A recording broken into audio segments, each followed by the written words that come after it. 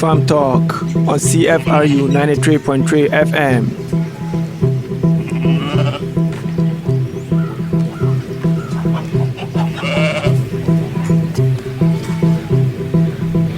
Welcome to another edition of Food Farm Talk, where we celebrate food and honor those who champion the cause of food in society.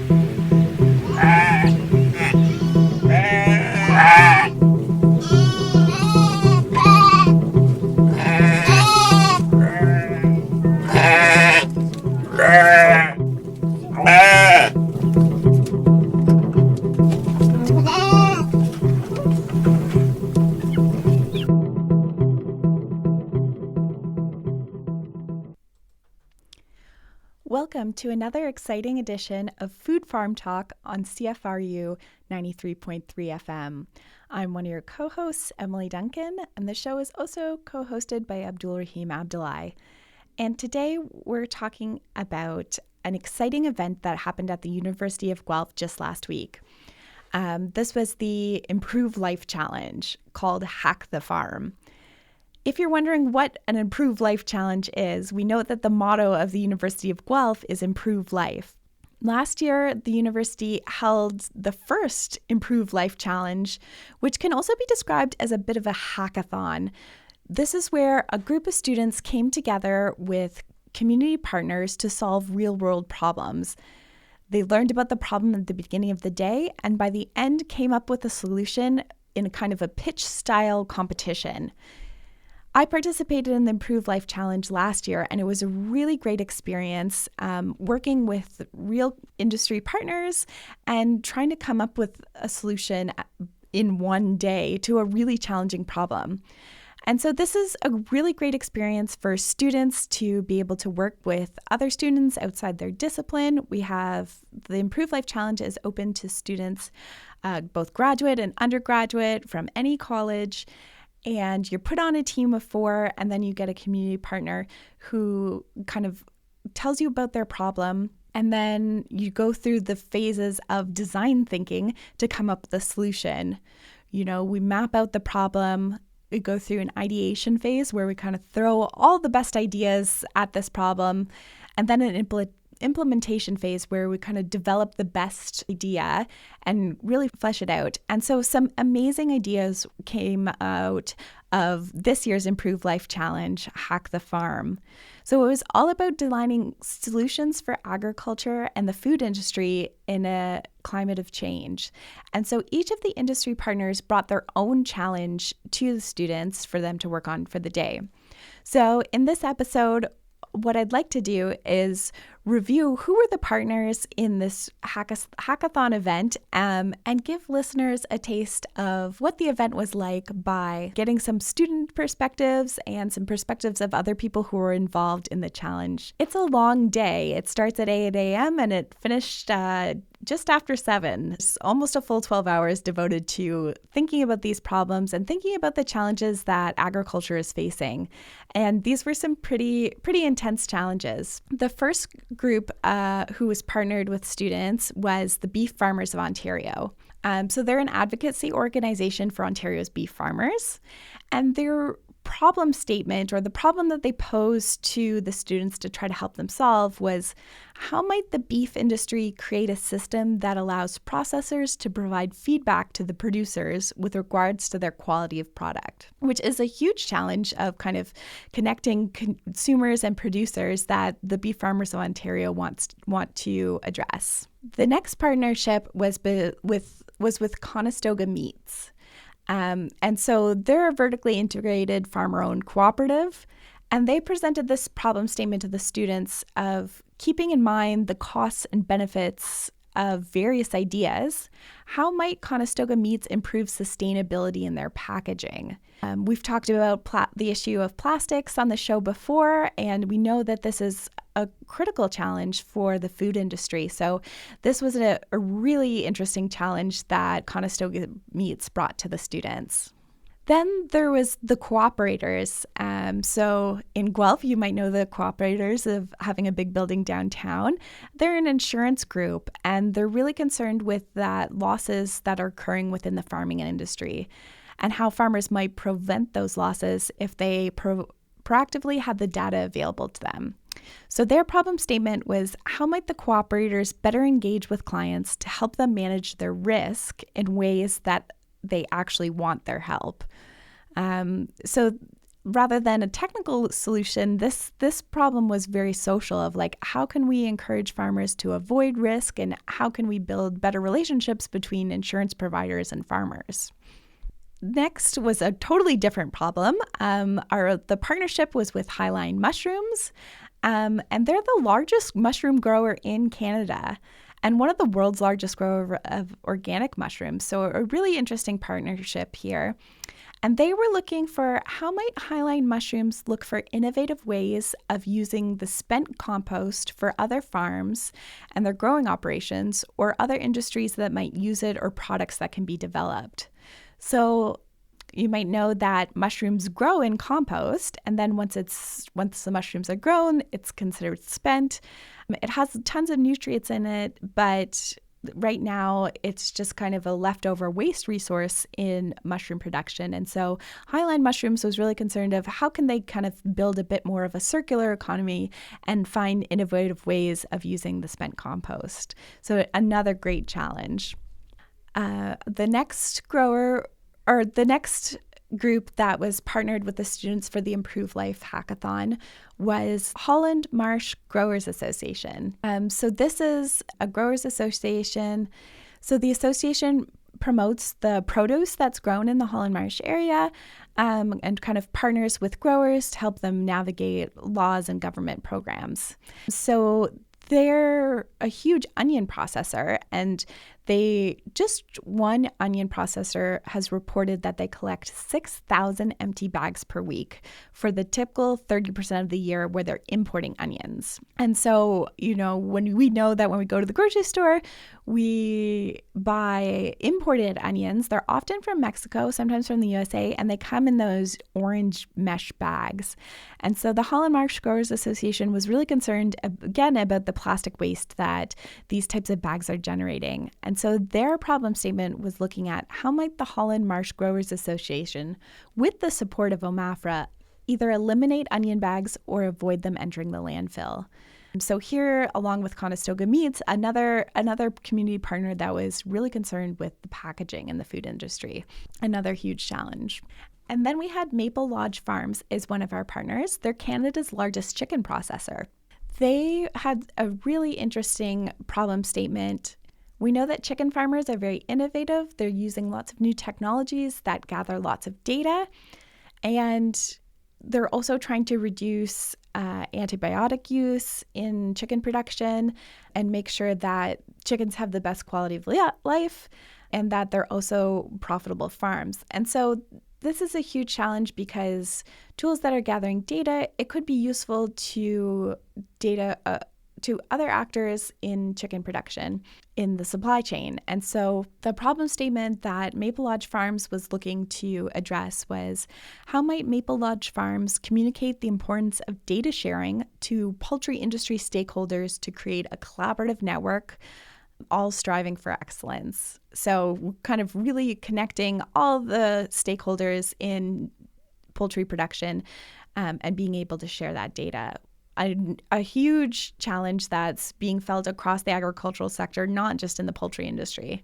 Then we had OCP North America. And so the OCP group is a fertilizer company, and they were particularly looking to see, how might OCP support farmers in Eastern Canada to use public data to make better predictions of yields.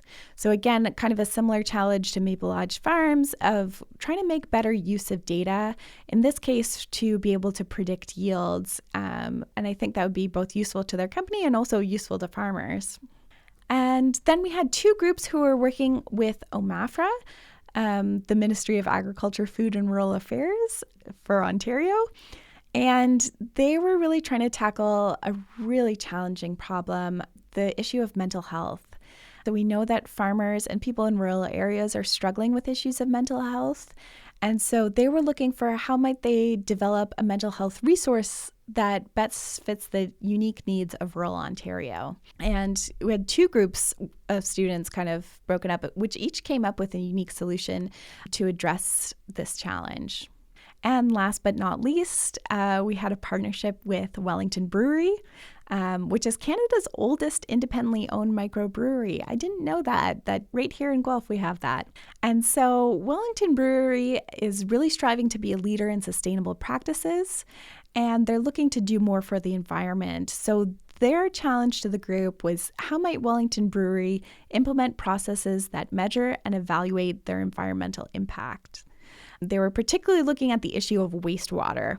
So we had 9 different community partners, 11 teams working on this, and you can just imagine the energy in the room during the day when the students kind of met up with these community partners and then got these problem statements and then tried to solve some of these really complex problems with really innovative and creative solutions. So now I'd like to turn it over and give you some student perspectives of how the day went.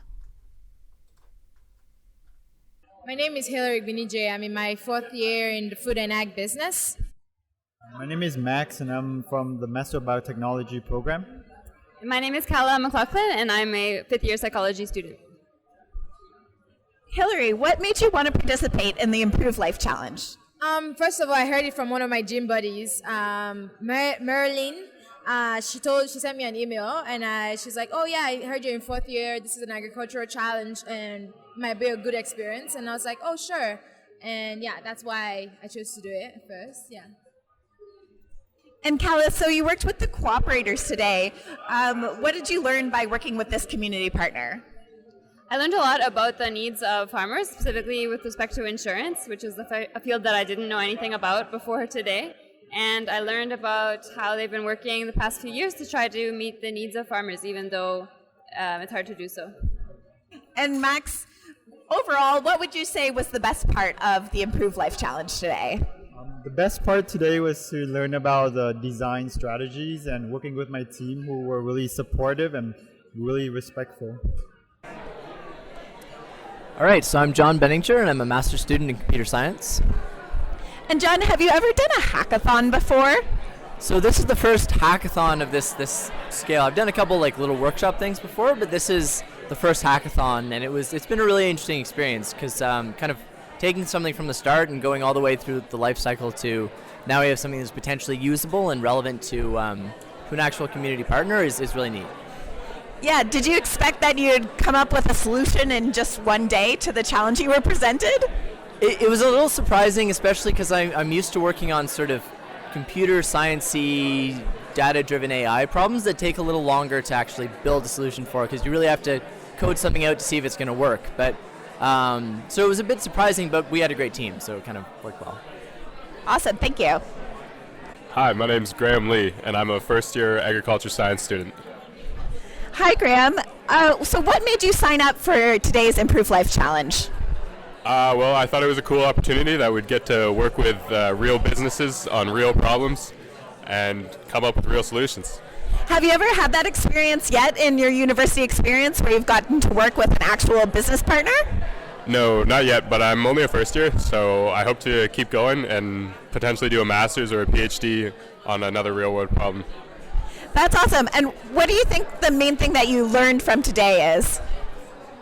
That group work can be difficult at times, but just always try to have a good time with it, and it'll always be fun. Awesome. Thank you. I'm Sarah Stricker, and I'm a PhD candidate at the Department of Plant Agriculture at the University of Guelph. So Sarah, today you worked with the community partner Holland Marsh. And so what was their challenge and why did you want to work with them? The Holland Marsh Growers Association brought to the table a problem about large bags that are coming in from Mexico when they're importing onions. They're made of polypropylene and they can't be recycled, so they were looking for options so that they could divert those from landfill. I was really interested in that project because my research is on onions and the growers support my research, and I wanted to be able to give back to them and solve a problem that is unique to their growing situation. That's awesome. And kind of what was the gist of the solution that you came up for these plastic bags? Well, we had sort of a three-pronged approach. Our first aspect is asking for some money to get funding to do preliminary research about what the main problem is, quantify that problem, look at what other growers are currently doing in Europe, and then bring those case studies in an organized sense back to the Holland Marsh and show them that those practices can actually work. Bring them to a grower that is actually using those practices and show them so that they can get their boots on the ground and see the practices in use. Because we know growers in Ontario, they learn from each other and they're more likely to trust practices if they can actually see them in action. That's such an awesome, innovative idea. What was your favorite thing about today, about participating in this hackathon? I really liked that it was a condensed activity where we were given a problem and we wanted to create a solution, and at the end of the day we had a product that we could say that we're presenting it and this is it. So we did some problem solving and we were able to distill it down to some recommendations that can actually be used in the real world. For me, I work on a pretty large project with my PhD. It takes 3 to 4 years to complete this, so working every day on a big project and making very small steps, it's a little bit nebulous and you don't really know where your research is going. So this is really nice to refuel me and get me excited about going back to research tomorrow, to know that there are people that I'm helping and they're interested in the results that are going to come out. Sounds like a great day. Thanks so much for talking with us. Those were some of the student perspectives from the Improve Life Challenge. As you can see, it was a really intense day where students from all kinds of different backgrounds were working together. We had first-year students to PhD students. We had students who were studying computer science to psychology, all working on important agricultural challenges. And as they mentioned, this was a great opportunity to work with community partners, to do some group work, and to tackle a real-world problem facing the agricultural industry. So now we would like to highlight one of the organizers of the Improve Life Challenge and get her perspective on what it was like to organize an event like this.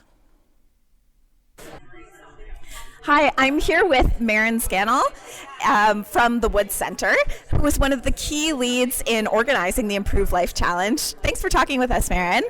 And so I'm interested in knowing what kind of prompted this event and the theme of Hack the Farm. Absolutely. I think one of the core reasons the Improve Life Challenge was designed was to keep up with the future of work and empower students with a proven problem-solving process that can be applied to any industry and any problem. And that problem-solving process is design thinking. So the Improve Life Challenge is a 8-hour hackathon where students work with other students and go through the design thinking process to solve a real-world issue. I think that's so important and such a great opportunity for students. And so in kind of planning an event like this, what was your role and what were some of the things that you enjoyed the most about kind of putting this day together? Because it was a big, like you said, an 8-hour day with a lot of different moving pieces. So myself and my colleague April have been working on this since October 2019, and I would say one of the most enjoyable parts is how many stakeholders you need to interact with and reach out to plan a day like this. So you have first and foremost, community partners who sort of dictate the problems to us. So they're the ones who come to us and tell us what the real world challenges are that they're facing relative to the agriculture and food economy and industry. And then, of course, you have students who are working with the community partners on these challenges. But then you have a whole realm of other individuals who are massive elements of the event. So you have faculty from campus who act as subject matter experts, or geniuses, as we like to call them. You have local community members, so we had our MP and our MPP here showing our support.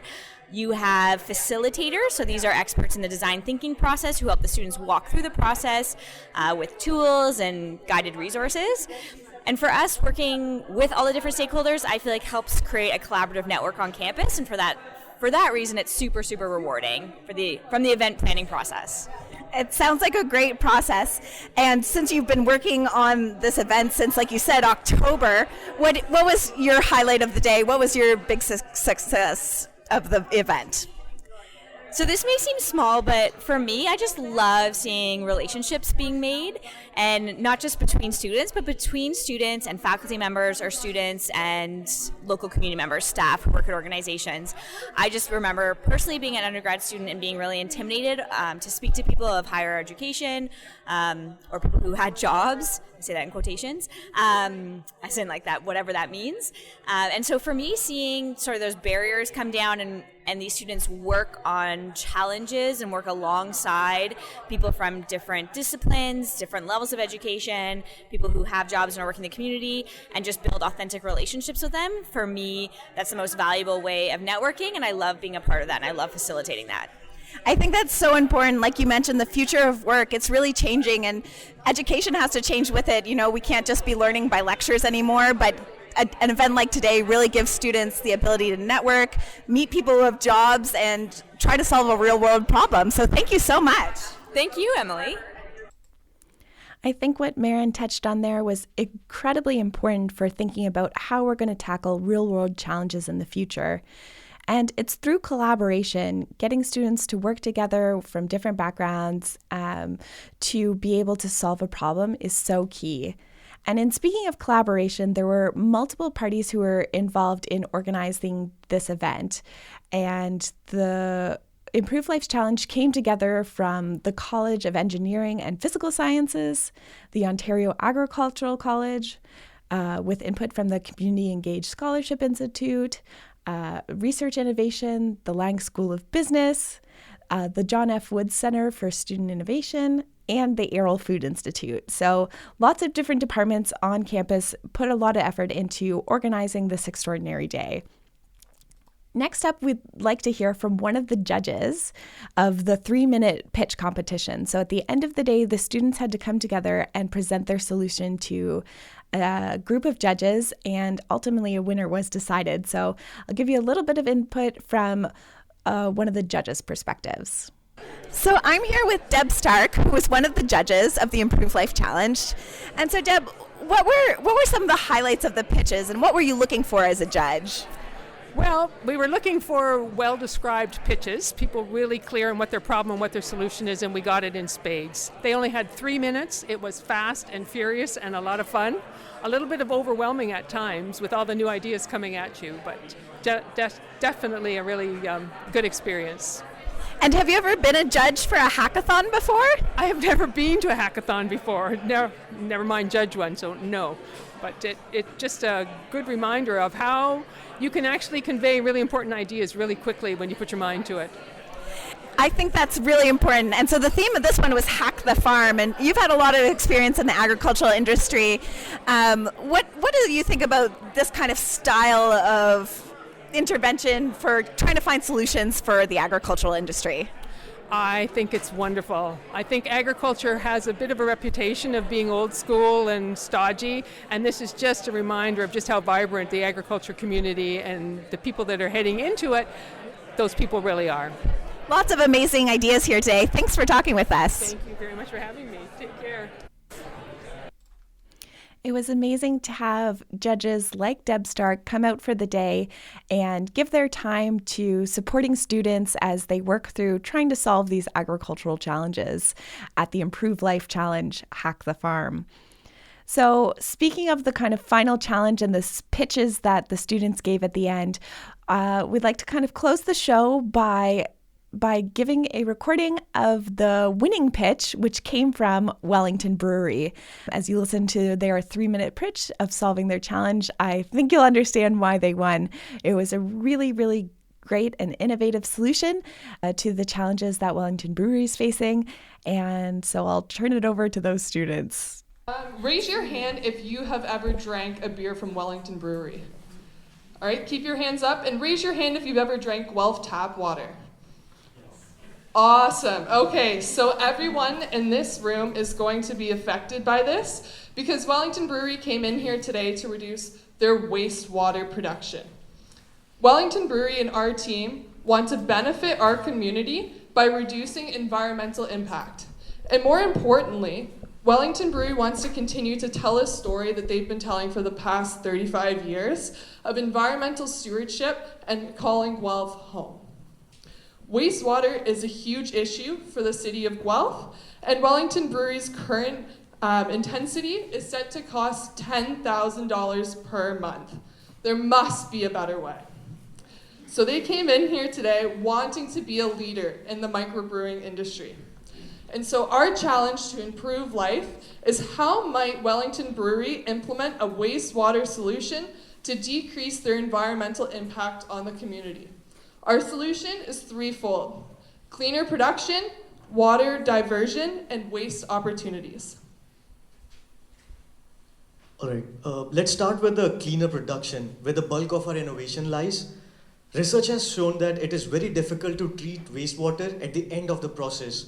So what we can make the process less wasteful is right from the start. Currently, all the waste produced by the Wellington Brewery ends up in a single tank.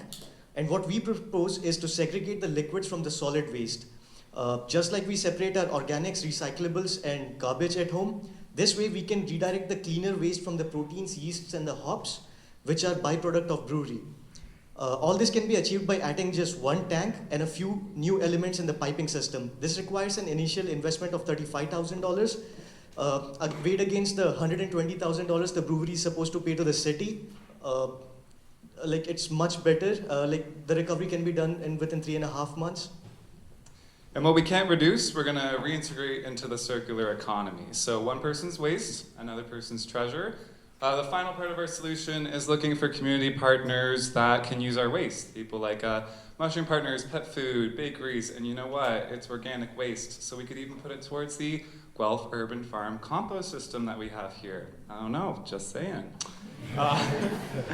And since we're working with already present systems with Wellington Brewery, it's a super feasible solution. They're all the infrastructure's there, a little bit of capital needed, but it's all there, and it's going to help everybody. It's going to save Wellington Brewery money. It's going to save taxpayers money because there's less water that needs to be treated through those systems. It's just perfect all around. Public health, amazing.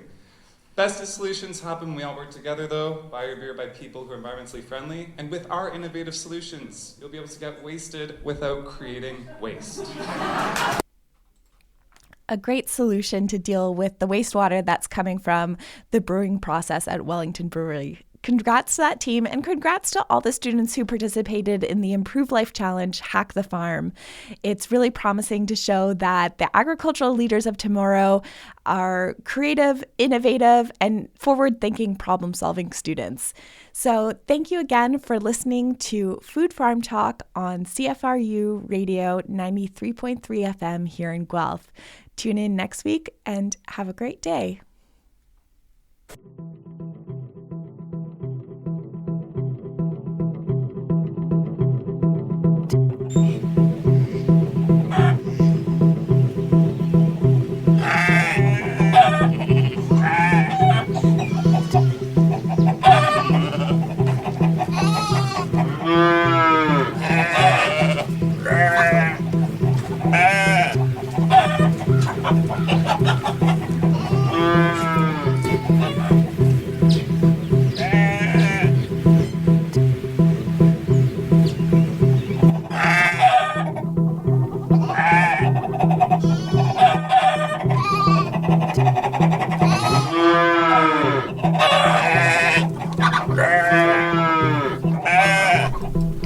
Thank you for listening to Food Farm Talk. See you next week for another exciting edition.